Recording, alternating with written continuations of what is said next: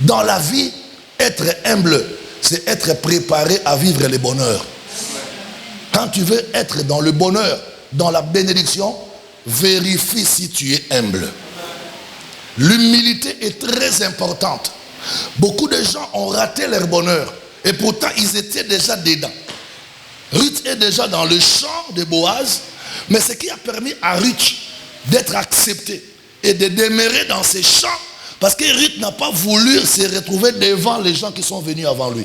Elle a dit, moi, je suis arrivé dans ces champs, j'ai trouvé les gens qui sont venus avant moi, je resterai derrière ces gens-là et je vais commencer à ramasser. Répétez après moi, l'humilité.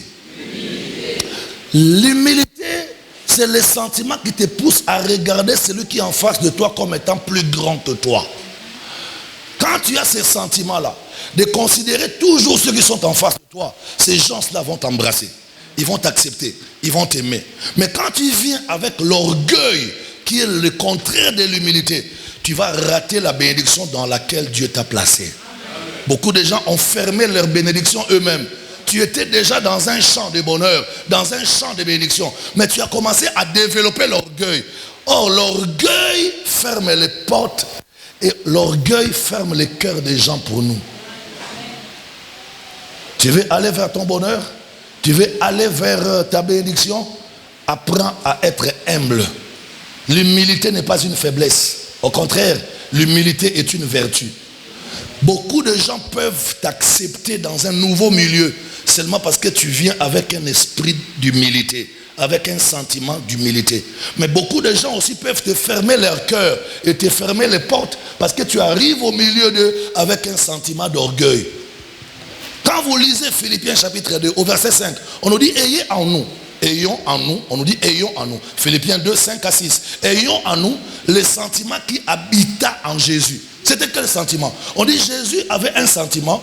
Il savait qu'il était Dieu, mais il ne regardait pas comme une proie à arracher le fait d'être égal à Dieu. La Bible dit encore, il a regardé ses semblables comme lui-même. Il s'est identifié à nous. Il est devenu notre semblable. C'est ça le sentiment d'humilité qui était en Jésus. Et ce sentiment d'humilité peut t'aider à vivre longtemps, à être accepté, à être béni. Beaucoup de gens ont été vomis par les leurs à cause de l'orgueil. Tu as la grâce, tu as les dons, mais ce qui dérange ton parcours, c'est ton orgueil. Tu prêches plus que l'apôtre, mais ce qui te dérange, c'est l'orgueil. Tu pries, les gens sont guéris. Mais ces gens qui sont guéris n'aiment pas rester à tes côtés. Après être guéris, ils vont ailleurs. Pourquoi? Parce qu'ils ne supportent pas ton orgueil. Et c'est même pour ça que les amis t'ont quitté. Les camarades t'ont abandonné. Les frères et sœurs de ta propre famille ont préféré te plaquer.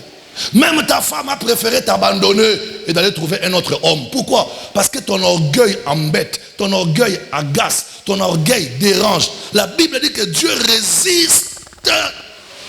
Ah, tu n'as pas parlé. Dieu résiste à qui? Aux orgueilleux. Mais il fait grâce à qui? Aux humbles. Quand on est humble, Dieu va t'ouvrir son cœur. Quand on est humble, les amis vont t'ouvrir leur cœur. Tu n'as plus de place parmi tes frères et sœurs à cause de ton orgueil. Tu vas ignorer tout le monde. Même ceux qui sont arrivés avant toi quelque part, tu veux les ignorer. Les chrétiens prétendent abandonner l'impudicité. Les chrétiens prétendent abandonner l'alcool. Ils prétendent abandonner la drogue. Mais les chrétiens n'arrivent pas à abandonner l'orgueil.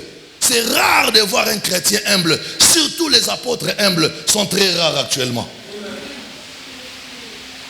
Parce que quand un chrétien voit le don que Dieu lui a donné, il voit la grâce qu'il manifeste, il voit comment il prêche, comment il parle, comment par sa prière il guérit les malades. Il dit non, dans ce monde après Dieu, c'est moi.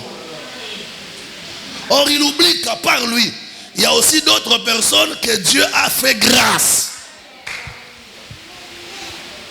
C'est là où la Bible est claire en disant que l'orgueil nous ferme les portes. Dieu résiste à qui? Aux orgueilleux.